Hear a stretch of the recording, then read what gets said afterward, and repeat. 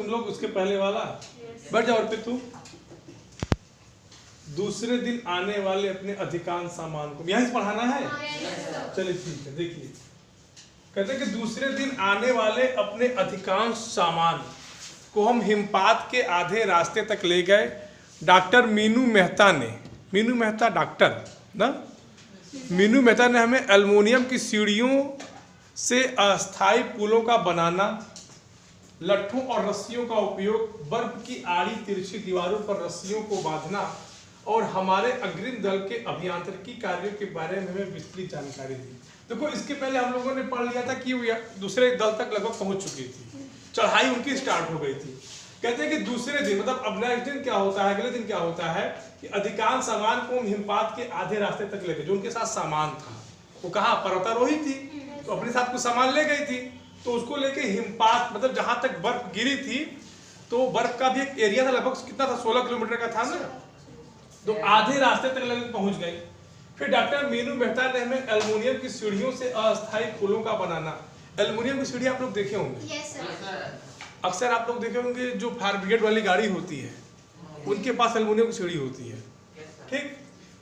Aluminium की सीढ़ियों से अस्थायी पुलों का बनाना, लट्ठों और रस्सियों का उपयोग, बर्फ की आड़ी तिरछी दीवारों पर रस्सियों को बांधना और हमारे अग्रिम दल के अभियांत्रिकी कार्यों के बारे में। अब इनको डॉक्टर मीनू मेहता रहती हैं, इनकी जो सहयोगी रहती हैं, इनको जो दल की सहयोगी लीडर भी कह सकते हो उनको, वो बर्फ के विभिन्न अवस्थाओं में किस प्रकार से हमें अपना जीवन व्यतीत करना है, मतलब कब कौन सी परिस्थिति में हमें क्या काम करना है, कहाँ हमको पुल बांधना है, कहाँ हमको रस्सी बांधनी है, कहाँ हमको रस्सियों का सही उपयोग करना है, कहाँ सीढ़ी लगानी है। अभियांत्रिकी मतलब टेक्निक कार्य, टेक्निकल कार्य जो होते हैं उसको कहते हैं अभियांत्रिकी कार्य। अभी जब टेक्निकल, अब बर्फ में आप रस्सी बांध रहे हो, ये टेक्निकल कार्य ही तो है। पता लगा आप बांध दिए, बर्फ टूट गई वहीं से, लेकिन कहाँ आप रस्सी बांधोगे कि बर्फ न टूटेगी, तो उसकी जानकारी दे कौन देता है? मीनू मेहता। मीनू मेहता किसको देती है? बचेंद्री पाल। तीसरा दिन हिमपात से कैंप, एक तीसरा दिन, देखिए 2 दिन हो गए, तीसरे दिन में आ जाइए। हिमपात से कैंप 1 तक सामान ढोकर चढ़ाई का अभ्यास करने के लिए निश्चित था। रीता, गोम्बू तथा मैं साथ साथ चल रहे थे। हमारे पास एक वॉकी टॉकी था। वॉकी टॉकी मतलब समझते हैं? वायरलेस, हाँ, जिससे हम अपने हर कदम की जानकारी बेस कैंप पर दे रहे थे। अब देखिए वो चल रहे हैं और उनके साथ जो भी पता होता है ना कि आप इंफॉर्मेशन करते रहिए। जैसे आप देखेंगे एयरपोर्ट पे इस तरह से होता है, जब फ्लाइट यहाँ से मूव करती है तो रडार में चीजें रहती हैं कि फ्लाइट कहाँ तक पहुंची है। तो जब ये दल पर्वत पे चल रहा था तो अपने जो इनका बेस कैंप था, इनके साथ एक वायरलेस था, ये हर सूचना दे रहे थे कि जो पीछे वाला दल आएगा उसको क्या क्या प्रॉब्लम होंगी और क्या क्या आसानियां उपलब्ध हो जाएंगी, ठीक है। कर्नल फुलर उस समय खुश हुए जब हमने उन्हें अपने पहुंचने की सूचना दी, क्योंकि कैंप 1 पर पहुंचने वाली केवल हम 2 ही महिलाएं थी। कर्नल फुलर का नाम पहले भी आ चुका है, यह वही व्यक्ति था जिसने इस पूरे दल को मोटिवेट किया था। आपको याद होगा ना, उसने क्या कहा था कि पर्वतारोही अगर पर्वतारोहण करना है तो आपको अपने जान देने के लिए भी तैयार रहना पड़ेगा। तो यही कर्नल फुलर है, जब इनका एक दल पहुंच जाता है तो बड़ा खुश होता है कि उसका मिशन सक्सेस हो गया। क्यों? क्योंकि उसमें पहुंचने वाली 2 महिलाएं भी थी। और शुरू में ही मैंने आपको बता दिया था कि उस समय बचेंद्री पाल के समय लोगों को लगता था कि महिलाएं पर्वतारोहण नहीं कर सकती। बचेंद्री पाल के समय ही तो घटना घटी थी। उनके पिताजी ने उनसे 5 साल के छोटे पुत्र को कह दिया, उनके भाई ने, लेकिन इनको नहीं कहा। तो इनके मन में ये हुआ कि अरे ऐसा कौन सा काम है जो मैं नहीं कर सकती हूँ। तो उसी भावना को लेकर यहाँ बात लिखी गई है। अंगदोर्जी, लोपसांग और गगन बिस्सा अंततः साउथ पोल पहुंच गए और 29 अप्रैल को 7900 मीटर पर उन्होंने कैंप 4 लगाया। यह संतोषजनक प्रगति थी। ये तीनों नाम देख रहे हैं, कहां पहुंच गए? साउथ पोल।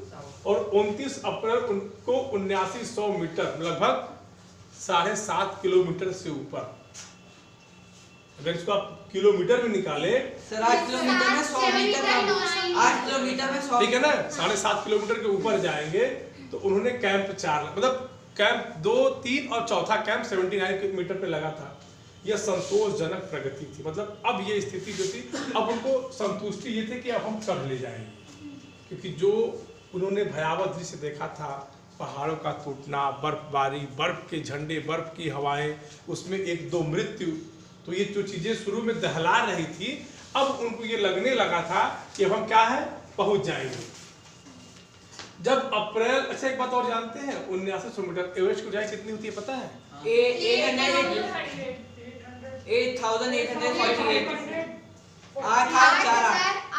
मतलब यहाँ से अब आधा किलोमीटर के आसपास रह गया था। अगर इस बात को ध्यान से हम अगर 8800 इस समय होगा, ये उस समय की बात है, क्योंकि एवरेस्ट की ऊंचाई दिन पर दिन बढ़ रही है। तो अगर यहाँ से देखा जाए तो लगभग आधा किलोमीटर की दूरी और थी। जब अप्रैल में मैं बेस कैंप में थी, तेंजिंग अपनी सबसे छोटी सुपुत्री डेकी के साथ हमारे पास आए थे।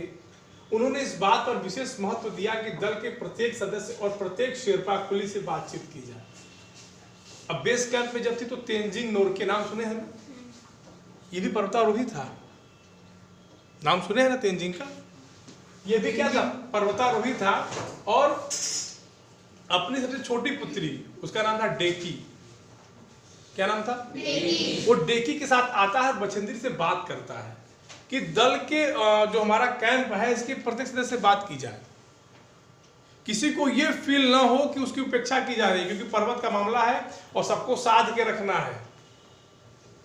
भाई लंबी दूरी कठिन मार्ग है, तो सबको अगर साध के नहीं रखेंगे, पता लगा तो फिर दिक्कत हो जाएगी ना। पता लगा आप रसोइये से बात मत करिए, खाना नहीं बना देगा। जब मेरी बारी आई, मैंने अपना परिचय यह कर दिया कि मैं बिल्कुल ही नौसिखिया हूं और एवरेस्ट मेरा पहला अभियान है। तेंजिंग हंसे और मुझसे कहा कि एवरेस्ट उनके लिए भी पहला अभियान है, लेकिन यह भी स्पष्ट किया कि शिखर पर पहुंचने से पहले उन्हें 7 बार एवरेस्ट पर जाना पड़ा था। फिर अपना हाथ मेरे कंधे पर रखते हुए उन्होंने कहा कि तुम एक पक्की पर्वतीय लड़की लगती हो, तुम्हें तो शिखर पर पहले ही प्रयास में पहुंच जाना चाहिए। देखो, जब सबका इंटरव्यू लेने की सोची तेंजिंग ने, तो इंटरव्यू के दौरान मतलब आपस में बातचीत नहीं होता है, आप किस कहाँ से हैं, आप कहाँ से हैं। तो जब ये बात तेंजिंग ने सोची उस कैंप में, तो बछेंद्री पाल का भी नंबर आया। तो बछेंद्री पाल ने अपना परिचय दिया कि देखिए मैं भी पर्वतारोही हूँ, मैं भी पर्वत पे चढ़ना चाहती हूँ, पर्वत पे चढ़ने की आकांक्षी हूँ, लेकिन मैं बिल्कुल नौसिखिया हूँ। क्या हूँ? नौसिखिया माने पहली बार शुरुआत, मुझे कुछ अनुभव ही नहीं, मुझे अनुभव ही नहीं है।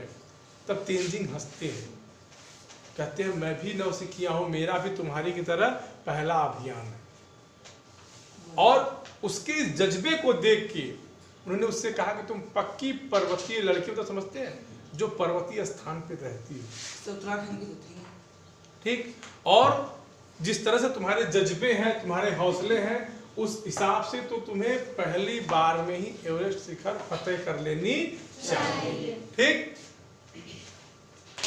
15-16 मई 1984 को बुद्ध पूर्णिमा के दिन में लोहत्से की बर्फीली सीधी ढलान पर लगाए गए सुंदर रंगीन नायलान के बने तंबू के कैंप 3 में थी।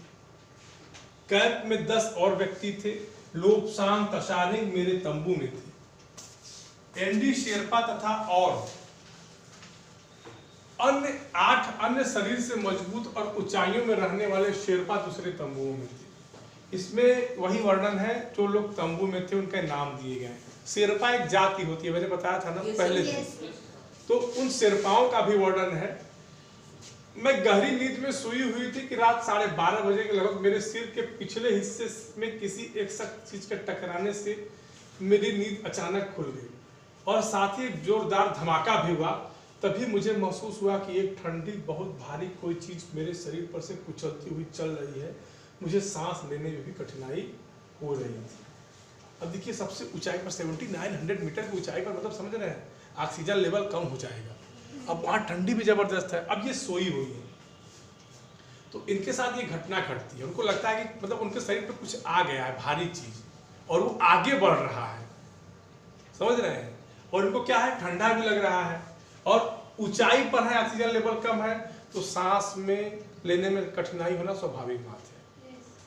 लोग कहते हैं ना कि जब ऊपर जाइए तो ऑक्सीजन लेवल कम होता है, जब ऑक्सीजन कम रहेगा तो सांस लेने में कठिनाई होगी। अरे यह क्या हो गया था, एक लंबा बर्फ का पिंड हमारे कैंप के ठीक ऊपर लोहसे ग्लेशियर से टूटकर नीचे आ गिरा था और उसका विशाल हिमपुंज बन गया था। ऊपर से बर्फ गिरते हुए कैंप के पास आ गया था और विशाल हिमपुंज समझते हैं, बर्फ का बड़ा गोला वो बन गया था। हिमखंडों, बर्फ के टुकड़ों तथा जमी हुई बर्फ के इस विशालकाय पुंज ने एक एक्सप्रेस रेलगाड़ी की तेज गति और भीषण गर्जना के साथ सीधी ढलान से नीचे आते हुए हमारे कैंप को तहस नहस कर दिया। वास्तव में हर व्यक्ति को चोट लगी थी। यह एक आश्चर्य था कि किसी की मृत्यु नहीं हुई थी। मतलब ये क्या चाहती थी कि सबकी मृत्यु भी हो जाए? देखिए, जिस घटना का ये वर्णन कर रही थी वो घटना वहां के लिए दुखदाई, मतलब किसी न किसी को मार के ही जाती थी। भाई बर्फ का अगर पूरा पिंड गिर रहा है आपके ऊपर तो क्या उम्मीद कर सकते हैं कोई बचेगा? जिस तरह से पहाड़ चट्टान टूट के गिरता है, अगर उस तरह से बर्फ का गोला किसी के ऊपर गिर जाए तो क्या आप उम्मीद कर सकते हैं कि व्यक्ति बचेगा? तो इसी का जिक्र कर रहे हैं। देखिए, इनके साथ एक सौभाग्य भी जुड़ा था, मतलब पता नहीं कि भगवान भी इनके साथ थे कि इतना बड़ा विशालकाय पुंज गिरा वहां से आके लोहसे से और उनके पूरे कैंप को खत्म कर दिया, तहस नहस माने समाप्त कर देना।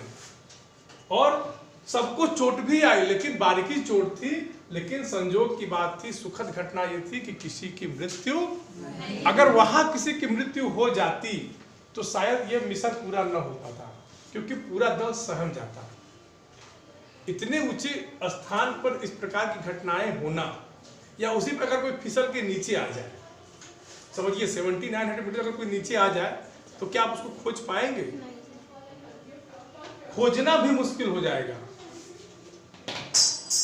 लोब्सांग अपनी स्विस छुरी की मदद से हमारे तंबू का रास्ता साफ करने में सफल हो गए थे और तुरंत ही अत्यंत तेजी से मुझे बचाने की कोशिश। देखिए, जब इतनी बड़ी घटना घटती है तो राहत बचाव वाले तेजी से सक्रिय हो जाते हैं।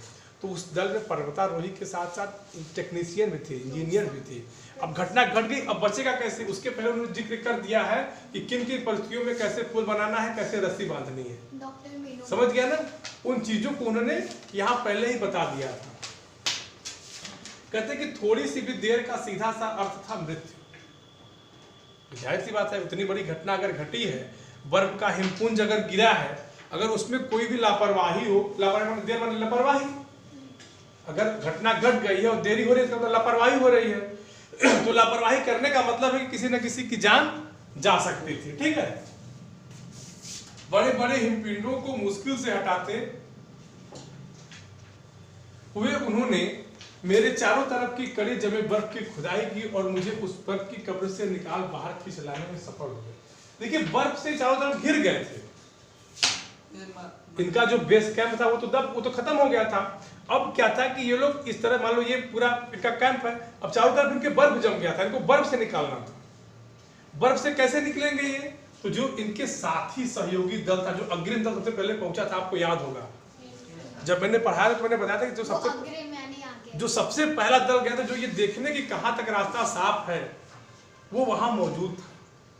उसने क्या किया कि पहले इनको बर्फ से बाहर निकाला, क्योंकि अगर बर्फ से बाहर नहीं निकालेगा तो इनको ऑक्सीजन की कमी हो जाएगी और बर्फ की ठंडी से इनकी शरीर जो कोशिकाएं मर जाएंगी। जब कोशिकाएं मर जाएंगी तो कैसे जिए रहेंगे? ठीक, हमारे नेता का देखिए इसमें फिर आगे क्या है। हाँ, सुबह तक सारे सुरक्षा दल वापस आ गए थे और 16 मई को प्रातः 8 बजे तक हम प्रायः सभी कैंप 2 पर पहुंच गए थे। जिस शेरपा की टांग की हड्डी टूट गई थी उसे एक खुद के बनाए स्ट्रेचर पर लिटाकर नीचे लाए। हमारे नेता कर्नल खुल्लर के शब्दों में यह इतनी ऊंचाई पर सुरक्षा कार्य का एक जबरदस्त साहसिक कार्य था। देखो वही बात आई ना कि उस ऊंची स्थान पर एक घटना घटी है, तो वहां से अगर किसी की मृत्यु हो जाती तो शायद यह मिशन पूरा कभी न हो पाता। ठीक, बस करें सर, वो आखिरी 4-5 यही बचा है। हाँ, फिर अगला पेज। सभी 9 पुरुष सदस्यों को चोटों अथवा टूटी हड्डियों आदि के कारण बेस कैंप में भेजना पड़ा। अब देखिए, सब लोग तो चोटिल हो गए थे, तो जब आदमी चोटिल हो गया, बीमार हो गया, तो कैसे बढ़ेगा या कैसे कोई काम करेगा? तो इनको वापस कहाँ भेजा जाएगा? जहां भाई इनका इलाज तो हो, तब नहीं चढ़ेंगे। हड्डी टूटी हुई क्या चढ़ेंगे ऊपर? चल पाई नहीं, चढ़ेंगे कहाँ से? फिर तभी कर्नल फुल्लर मेरी तरफ मुड़कर कहने लगे, क्या तुम भयभीत थी? देखिए, उनको ये लगता है कि सब लोग को चोट आई है, टूटा है, किसी का हड्डी, किसी का टांग टूटा है। तो कर्नल फुल्लर देखता है कि ये महिला तो स्ट्रांग लग रही है, तो पूछते हैं कि तुम तो डरी नहीं? तो फिर क्या उत्तर है? जी हाँ। क्या तुम वापस जाना चाहोगी? नहीं, मैंने बिना किसी हिचकिचाहट को उत्तर दिया। उन्होंने मुझसे कहा कि तुम डरी, तो उन्होंने कहा कि हाँ डर गई। तो फिर कहा कि अब यहाँ से जाओगी वापस? तो मैंने कहा नहीं, मैं वापस नहीं जाऊंगी। तो ये होता है विल पावर। इसे क्या कहते हैं? Will power. ठीक है, इसके बाद कल पढ़ा देंगे। किसका पीरियड है इसके बाद? मैथ्स।